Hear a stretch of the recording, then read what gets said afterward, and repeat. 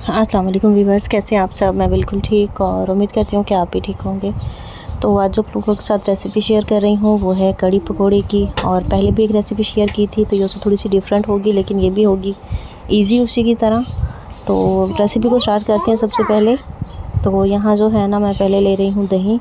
और दही जो है ये घर का ही बना हुआ है। तो इसमें ना मैं हाफ़ ही इसमें से दही लूँगी, पूरा नहीं लेना मैंने, क्योंकि मुझे बहुत कम बनानी है इसलिए।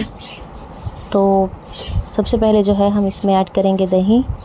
और अगर आपके पास लस्सी है तो आप लस्सी की भी बना सकते हैं।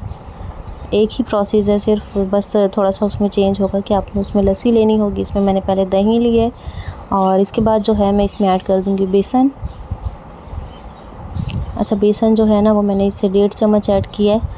आप कम या ज़्यादा अपने जितनी क्वांटिटी की आपने बनानी हो ना, आप उसी ले सकते हैं उसी तरह। लेकिन एक बात का ख्याल रखिएगा कि इसमें ना हमने पानी जो है ना वो बहुत ज़्यादा ऐड करना है। अगर आप लस्सी ले रहे हैं 1 गिलास है मैक्सिमम, तो आप उसमें 3 गिलास पानी के ऐड करेंगे और आधा कप बेसन ऐड करेंगे। और अगर आप ऐड कर रहे हैं 2 गिलास लस्सी ऐड कर रहे हैं तो आप उसमें तकरीबन 6 गिलास पानी के ऐड करें, क्योंकि जितनी देर पकती है ना उतनी ही अच्छी बनती है। तो अभी पहले मैं इसमें थोड़ा थोड़ा सा पानी ऐड कर रही हूँ। तो पानी ऐड करने के बाद जो है हम इसे अच्छे से अभी मिक्स करेंगे। ठीक है, देखें इस तरह से कि इसमें ना कोई भी लम्स वगैरह ना रहे, कोई गुठली ना रहे, अच्छे से सारी मिक्स हो जाए। तो इसको मिक्स करने के बाद जो है हम इसमें ऐड कर देंगे बाकी के मिसाले। बाकी मिसालों में इसमें हमने कुछ ज़्यादा कुछ भी अभी नहीं ऐड करना, सिर्फ हमने इसमें ऐड करना है नमक। और नमक आप अपने टेस्ट के अकॉर्डिंग इसमें ऐड कर सकते हैं। उसके बाद जो है मैंने इसमें सूरख मिर्च ऐड की है। ठीक है, 1.5 चम्मच मैंने ऐड की है। आप अपने टेस्ट के अकॉर्डिंग भी इसमें ऐड कर सकते हैं। और 1.5 चम्मच इसमें मैंने हल्दी का ऐड की है। अब इसे जो है हम अच्छे से फिर से मिक्स करेंगे। अच्छा, अभी आप इसमें ना हल्दी का कलर नहीं लग रहा, लेकिन ये जैसे बॉयल होना शुरू होगी ना तो एक अच्छा सा कलर इसका निकल आएगा। और अभी जो है मैंने पानी थोड़ा सा कम ही ऐड किया, मैंने ज़्यादा पानी अभी नहीं डाला, लेकिन अभी हम इसमें आहिस्ता आहिस्ता पानी डालेंगे। फ्लेम ऑन करेंगे, लेकिन चम्मच जो है हम साथ मुसलसल चलाएँगे, क्योंकि ये ना बहुत जल्दी नीचे लगना शुरू हो जाती है। अब इसमें मैंने थोड़ा सा पानी और ऐड किया है, वह उबलना भी शुरू हो गई है। तो अब जब से मैंने इसको बढ़ाया ना, इसमें मैंने 4 गिलास पानी के डाल दिए हैं।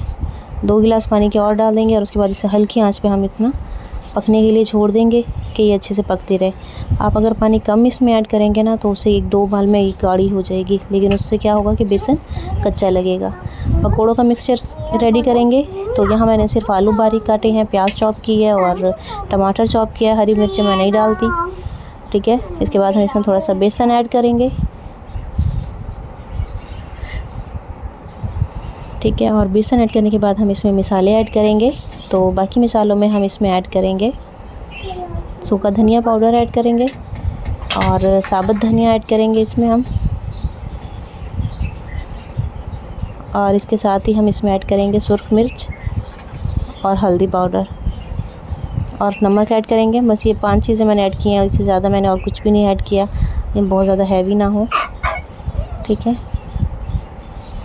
तो ऐड करने के बाद जो है थोड़ा सा पानी डाल के हम इसे अच्छे से मिक्स करेंगे।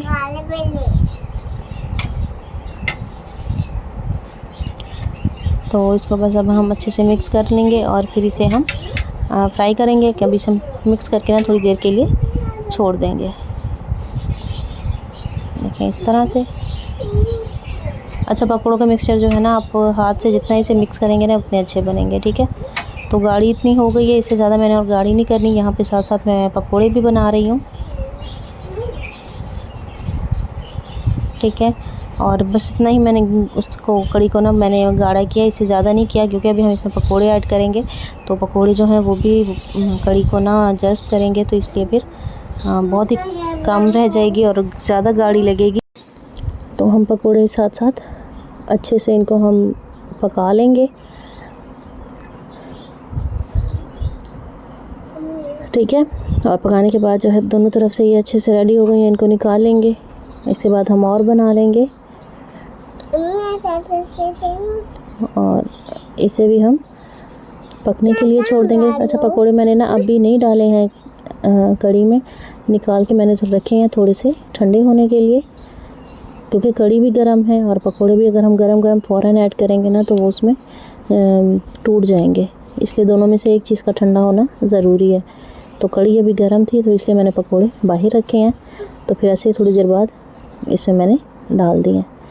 ठीक है, अब इसे हम थोड़ी देर के लिए ढक्कन दे के रख देंगे और उसके बाद जो है हम रेडी करेंगे तड़का। गैस चली गई है इसलिए मैं दोबारा सिलेंडर पे बना रही हूँ। तो यहाँ जो है मैंने इसमें अदरक लहसुन कूटा हुआ डाला है और इसके साथ ही मैंने इसमें थोड़ा सा काला ज़ीरा डाला है और 4 मैंने इसमें गोल वाली सुरख मिर्च ऐड की है। थोड़ा सा इसे ब्राउन करेंगे और इसे हम तड़का लगा देंगे और उसके ऊपर फ़ौरन हम ढक्कन रख देंगे। तो हमारी अच्छी सी कढ़ी जो है वो हो गई है रेडी।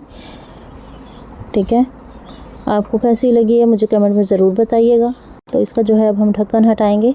तो ये देखें, इसे आप चाहें तो चावलों के साथ भी इसे आप सर्व कर सकते हैं और रोटी के साथ भी। तो हम लोग जो है तो रोटी के साथ मैं तो इसे सर्व करूँगी, और हम तो पठान है तो फिर हम तो रोटी जिस तरह यहाँ इसके साथ खाते हैं ना, तो भी मैं आप लोगों को दिखाती हूँ किस तरह से हमारी रोटी होती है इसके कढ़ी के साथ।